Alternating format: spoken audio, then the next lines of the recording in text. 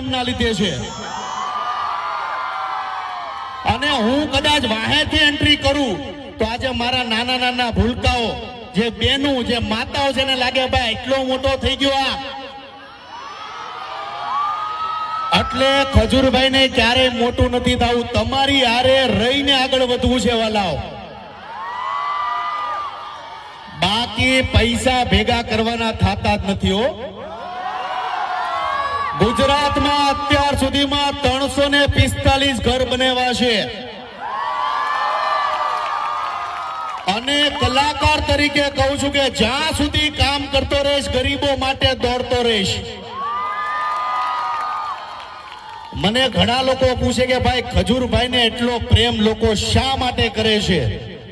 પણ જેને નો ખબર હોય એને કહી દઉં કે જ્યાં ઘર બનાવું છું ત્યાં જ રહું છું. એનું ઘર બનીને પૂજા